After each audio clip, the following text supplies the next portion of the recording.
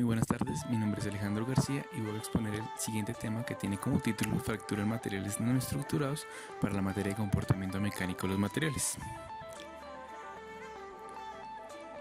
Bueno, los materiales han sido utilizados en el ramo de ingeniería durante mucho tiempo y en diferentes aplicaciones. A medida que las aplicaciones iban avanzando, se caracterizaron y se organizaron los diferentes materiales en tres grandes familias: aceros, polímeros y cerámicos. Cada una de estas familias y materiales incluyentes dentro de estas tienen propiedades mecánicas, físicas y químicas específicas, las cuales son aprovechadas en aplicaciones como biocompatibilidad, protección contra la corrosión, estructuras, elementos mecánicos en rotación, entre otros. Sin embargo, todas estas aplicaciones aprovechan las propiedades en bulk del material, es decir, en una escala milimétrica y métrica. Entonces se quería saber qué pasaba si esa escala se reducía hasta el punto de llegar a nanómetros.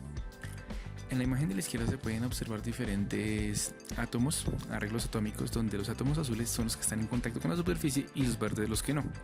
Si se hace una comparación cuantitativa con respecto a la cantidad de átomos en contacto con la superficie y los que no en las diferentes escalas milimétricas y nanométricas, se llegó a encontrar que los números de átomos era mucho mayor con respecto a los que estaban en contacto con la superficie en escalas nanométricas, provocando una reactividad mucho más grande y significativa, lo cual podía cambiar sus propiedades físicas, químicas, mecánicas, ópticas, entre otras, dando así a una nueva familia de materiales llamada los nanoestructurados.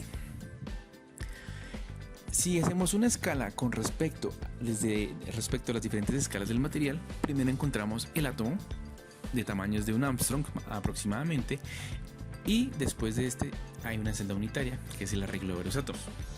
Si tenemos varias celdas unitarias, conseguiremos planos, y esos planos a su vez formarán cristales que están del orden de nanómetros y micrómetros dependiendo del material.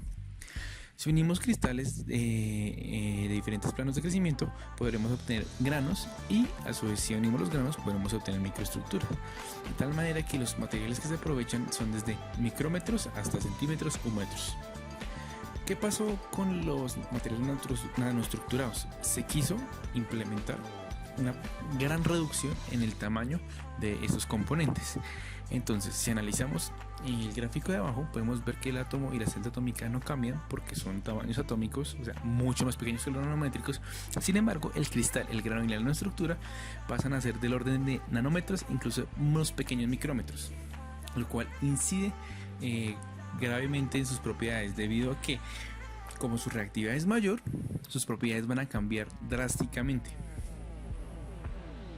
Entonces, para poder definir estos materiales nanoestructurados, se tiene una escala nanométrica y una escala en bulk. ¿Qué quiere decir esto? Por ejemplo, las nanopartículas o los nanocristales. Estos nanoelementos pueden tener una dimensión nanométrica de ancho, largo y alto, es decir, 3 escalas nanométricas. Sin embargo, a la hora de medirlos en bulk no se puede, por lo que son de tamaño supremamente pequeño. Uno de los ejemplos más claros es el nanocristal de diamante. ¿Qué pasa si reducimos a una dimensión de la escala nanométrica? Es decir, ahora podemos medir 2 nada más. Es el caso de los nanotubos. Podemos medir el largo y el ancho del nanotubo. Sin embargo, también a ciertas escalas se puede medir el largo del nanotubo, lo cual incide en la dimensión en bulk. Entonces acá hay un comportamiento establecido. A medida que yo vaya aumentando las dimensiones en bulk, las dimensiones nanométricas se van reduciendo. En el caso de los nanotubos, el caso más común o más utilizado es los nanotubos de carbono, debido a su gran resistencia mecánica aplicada en diferentes ramos de la industria, como es la armamentista, la de transportes, entre otros. Si reducimos aún más las dimensiones nanométricas, llegamos a las nanopelículas, las cuales únicamente por medio de SEM o TEM se puede medir el espesor de la película. Sin embargo, en bulk se puede medir tanto el ancho como el largo. Entre estas nanopelículas se encuentran las nanopelículas metálicas y cerámicas, las cuales son aprovechados como protección contra la corrosión, como recubrimientos abrasivos, entre otros.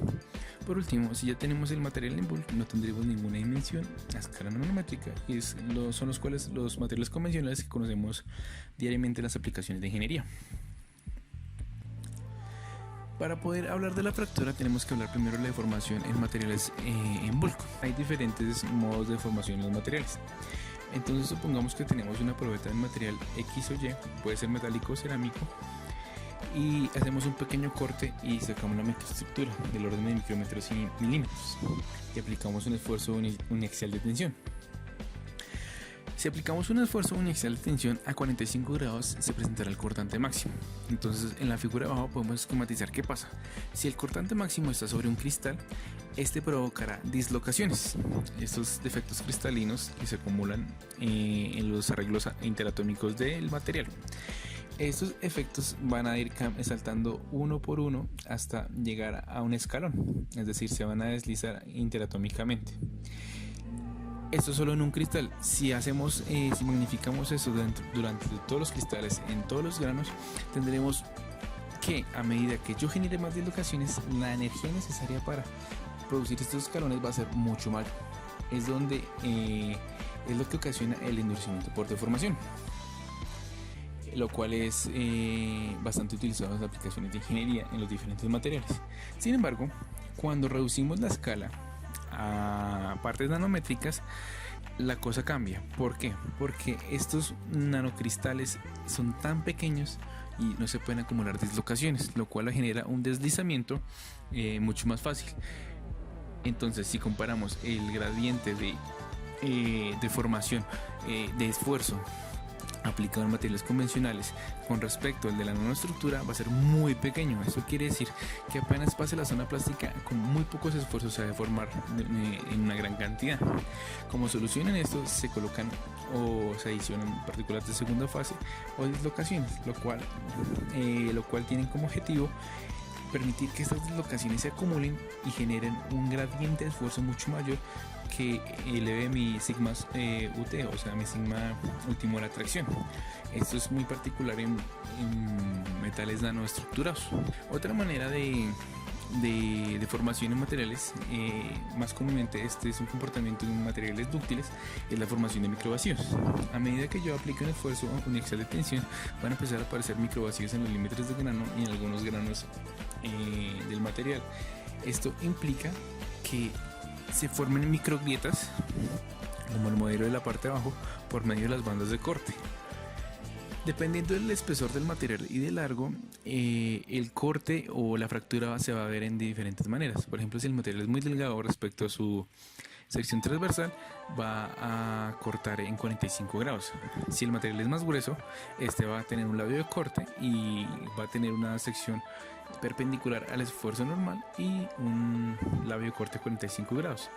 También depende de los modos de carga. Si es un cortante por rotación, va a cortar a 180 grados, y si es un cortante, el material va a fracturarse con un desgarro a 180 grados también. Si hacemos un análisis en SEM, podemos observar los diferentes microvacíos. En la parte izquierda es con tensión uniaxial, en la segunda es un microvacíos con desgarre, y por último es un microvacíos con fricción. Esto conlleva al final a la fractura de la probeta o del material que estemos analizando por la coalescencia de microvacíos.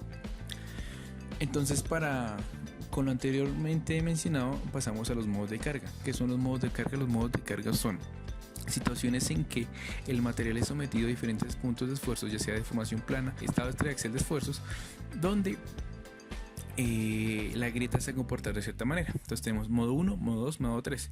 Modo 1 es tensión uniaxial en el frente de grieta. El modo 2 es cortante con respecto al frente de grieta, y el modo 3 que es tangencial al frente de grieta. Dependiendo de la carga de la pieza o del material, se tendrán diferentes sinergias de los modos. Puede ser el modo 1, donde el plano de propagación es homogéneo, el modo 1 y el modo 2, donde ya empieza a tener una curvatura, y en el modo de la sinergia de los tres modos de deformación, vemos que ya no es uniforme con respecto al modo 1. Entonces, con respecto a estos modos, se tienen diferentes modos de fractura de los diferentes materiales nanoestructurados, por ejemplo los nanotubos o nanocables. Estos son muy similares al comportamiento dúctil de los materiales, es decir, yo aplico una carga y a medida que la carga aumenta se empiezan a formar microvacíos en el material. Sin embargo, como estos son escalas nanométricas, no son microvacíos, son al aplicar yo la fuerza, los átomos siempre empiezan a romper los enlaces de la carga tan alta que tienen. Entonces, a medida que yo aplique más carga desde el centro hacia los extremos, estos átomos se van a romper, muy similar al comportamiento dúctil de los materiales. Esto aplica para nanocables y nanotubos. Entonces es una fractura de tipo súbita dúctil. A la derecha podemos observar un nanohilo de plata que es sometido a un esfuerzo inicial de tensión, donde podemos observar los diferentes comportamientos ya establecidos anteriormente, donde sufre un encuellamiento y posteriormente su fractura. La fractura en películas delgadas es también algo que se estudia comúnmente debido a las diferentes aplicaciones. En la primera imagen que se podemos observar es un diagrama de ajedrez, así lo llaman, donde se muestra la distribución de cargas a medida que yo haga un esfuerzo inicial de tensión sobre la película. Entonces la película puede responder de dos maneras: a 45 grados con un corte de fractura o a 45 grados pero en las dos secciones, es decir, formando una X. A la derecha podemos observar dos ejemplos de este comportamiento, donde aquí se puede ver se puede evidenciar como un pequeño cuello que a la hora de evaluar el estado de esfuerzos corresponde al modo A. En la segunda parte podemos ver claramente el patrón en X correspondiente al modo B. Más puntualmente, si miramos el artículo que se está estudiando, hay una película micrométrica, casi nanométrica, en el cual se hace un ensayo de tensión, donde, si se puede observar, también falla a 45 grados, evidenciando que es la fractura es de modo A en películas delgadas con respecto al modo 1 de carga. Por último, en fractura de metales de grano ultra fino se tienen diferentes consideraciones. Una de estas es la fatiga. Es importante enfatizar en esto porque el artículo se basa en los estados de esfuerzos con el número de ciclos de carga. Entonces, en la imagen de la derecha podemos ver cómo es una grieta que se emite desde las dislocaciones. La parte 2 es cuando las dislocaciones se acumulan en el frente de grieta. La parte 3 es cuando estas también están acumuladas en el frente de grieta, sin embargo es a compresión. En la parte 3 es como las maclas permiten que el frente de grieta permite acumular dislocaciones. El 5 también es muy similar, sin embargo las dislocaciones se presentan en el frente de grieta como en un labio corte. Y por último es lo mismo pero en compresión. Entonces, en el gráfico de la izquierda podemos evidenciar cómo según la cantidad de ciclos y el material que se esté utilizando, es decir, grado ultra fino de cobre y los diferentes compuestos, podemos observar cómo es la vida del material con respecto al número de ciclos de carga. En conclusión, dependiendo de qué material yo esté analizando y los modos de carga